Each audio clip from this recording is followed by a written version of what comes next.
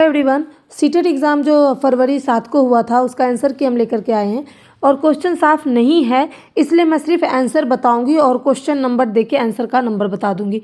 बाकी ये जो है भाषा 2 यानी कि जिन्होंने लैंग्वेज 2 ले रखा है, लैंग्वेज 2 में हिंदी, तो उनके लिए है। तो चलिए देखते हैं।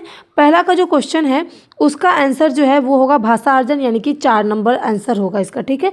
और उसके बाद दूसरा जो क्वेश्चन है उसका होगा वक्ता क्या कहना चाहते हैं, इसका ये आंसर होगा तीसरा, ठीक है। और तीसरे क्वेश्चन का क्या आंसर होगा, तीसरे क्वेश्चन का जो आंसर है वो दूसरा होगा, यानी कि शिक्षार्थियों की विविध योग्यताओं और रुचियों में घोषित करना। उसके बाद हम देखेंगे 24 में जो क्वेश्चन है उसका आंसर होगा 1 नंबर यानी कि अपेक्षित कौशल के विकास के लिए विद्यार्थियों को सुनिश्चित परिवेश देना, ठीक है। उसके बाद 25 जो है क्वेश्चन नंबर वो देखेंगे। 25 में है कि आपने एक ऐसा परीक्षा पत्र बनाया है जिसके द्वारा अपेक्षा करते हैं कि शिक्षार्थी काल रूप योजक कारक और विशेषण की सही प्रयोग बता पाए।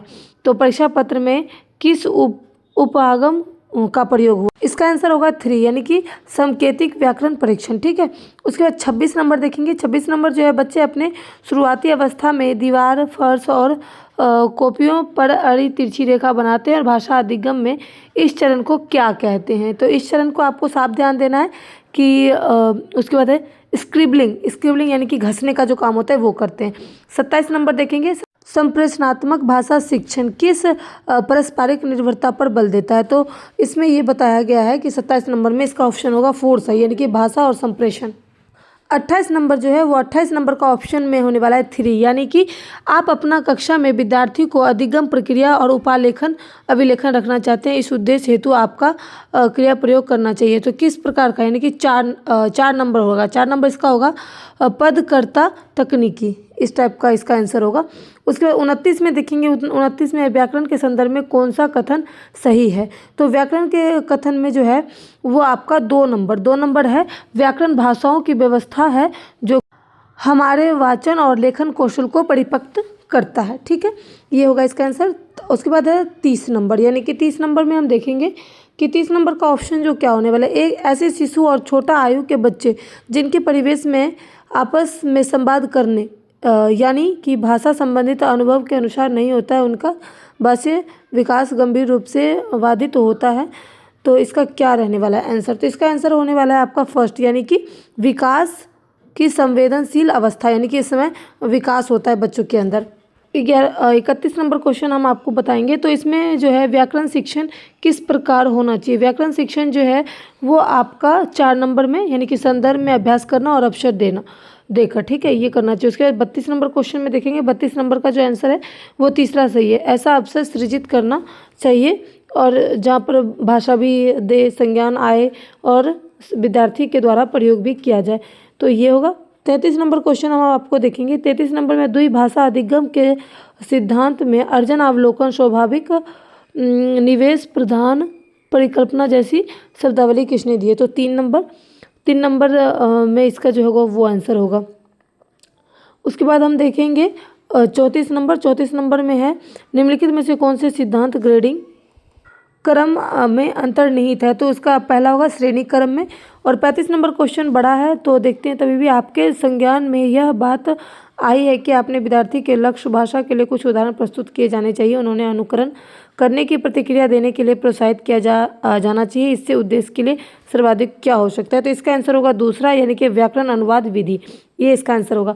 ये इतना बड़ा क्वेश्चन है, गद्यांश है, तो पहले हम इसका आंसर देखेंगे। प्लास्टिक के अजर अमर होने का सही आशय क्या है, तो प्लास्टिक का अजर अमर होने का जो सही है वो ये है, जमीन पर या फिर पानी में गलता नहीं है, सड़ता नहीं है, तो इसलिए अजर अमर है। पानी में नहीं डूबता है, ना ही सड़ता है और ना ही जमीन पर ये गलता है, तो ये इसका आंसर है। उसके बाद होगा 37 नंबर क्वेश्चन। 37 नंबर जो क्वेश्चन है वो है घर तक चीज़ें लाने का माध्यम होना चाहिए। क्या होना चाहिए घर तक चीज़ें लाने का माध्यम, तो इसका 4 नंबर आंसर होगा चिरंजीवी, यानी कि जैसे कि प्लास्टिक का उपयोग नहीं करना चाहिए, तो कुछ ऐसी चीज़ें होनी चाहिए जो को चिरंजीव कहा जाता है। उसके बाद देखेंगे 38 नंबर, प्लास्टिक का उपयोग कम करने का उपाय नहीं है, तो इसका आंसर होगा दूसरा, प्लास्टिक की थैली बार बार प्रयोग ना करें या फिर बार बार प्रयोग करना, तो अगर ये कम उपयोग करेंगे तो ही जाकर के प्लास्टिक जो है वो बंद होगा। उसके बाद हम देखेंगे 39 नंबर क्वेश्चन। 39 नंबर में ये कह रहा है कि भिन्न शब्द पहचानिए। भिन्न शब्द यानी कि क्या लिखा है, थैलियों, पहाड़ों और आंकड़ों और समाजों। तो इसमें इसका आंसर होगा दूसरा आंकड़ों। आंकड़ों अलग चीज़ है, बाकी ये सारी चीज़ें सेम है। इसका 2 नंबर आंसर होगा। उसके बाद हम देखेंगे 20 मतलब कि 40 नंबर क्वेश्चन। तो गिरावट एक संज्ञा है। गिरावट कौन सी संज्ञा है? तो गिरावट जो है वो भाववाचक संज्ञा है, ठीक है।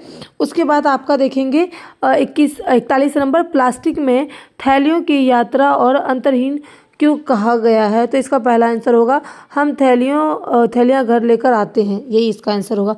42 नंबर है, प्लास्टिक की समुद्रीय यात्रा देखकर आश्चर्य क्यों हुआ? यानी कि इसलिए आश्चर्य हुआ क्योंकि पैरों और प्लास्टिक कचरा समुद्र में तैर रहे थे, उन्होंने इसलिए आश्चर्य हुआ कि ये सारी चीज़ें पानी में तैर रही थी। उसके बाद हम देखेंगे अब कौन सा आपका होगा। तो ये भी पद्यांश है, पद्यांश। तो इसका जो आंसर होगा ये 47 में। इतना बड़ा पढ़ने का समय नहीं लेंगे हम, आपको सीधा आंसर आपको करवा देते हैं। प्राणियों में प्राणी संज्ञा का क्या रूप है? डैश, यानी कि आपका पुल्लिंग और बहुवचन होगा आपका। उसके बाद 24 जो है यानी कि 44 जो नंबर है वो गद्यांश के अनुसार कौन से कथन सही हैं? तो गद्यांश के अनुसार मैंने गद्यांश को पढ़ा है, तो इसका पहला आंसर होगा। क्वेश्चन सिंपल है, बस इसका जो लैंग्वेज है, जो इसकी भाषा है वो थोड़ी कठिन है।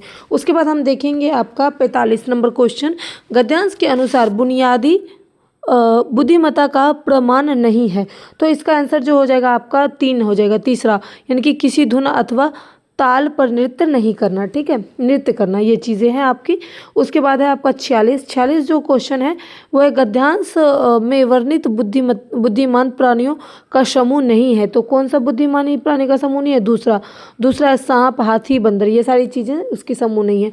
उसके बाद 47 नंबर देखेंगे, कौवा और तोता का भाषा सीख लेना तो इसका पहला आंसर होगा बौद्धिक शक्ति का प्रमाण है, यानी कि सीखने का प्रमाण है। 48 नंबर जो क्वेश्चन है, मानव शिशु बुद्धिमत्ता में चिंपैंजी के शिशु से कब आगे निकलता है? थोड़ी झलफलाहट सी है।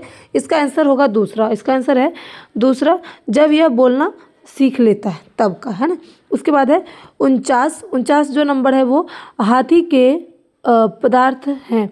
तो इसका जो आंसर होगा वो होगा 3 आंसर होगा, यानी कि कंजूर और हस्ती गज, ये होगा। उसके बाद जो आपका 50 नंबर है, अयंत और संधि विच्छेद। तो अयंत का संधि विच्छेद क्या है? पहला ही होगा, अतिज और अंत, इसलिए अत्यंत, तो इसलिए इसका संधि विच्छेद है। उम्मीद करती हूँ ये आंसर की मैंने आपको दिया है, आप किसी से भी मैच करें बिल्कुल सेम मिलेगा। Thanks for watching my video.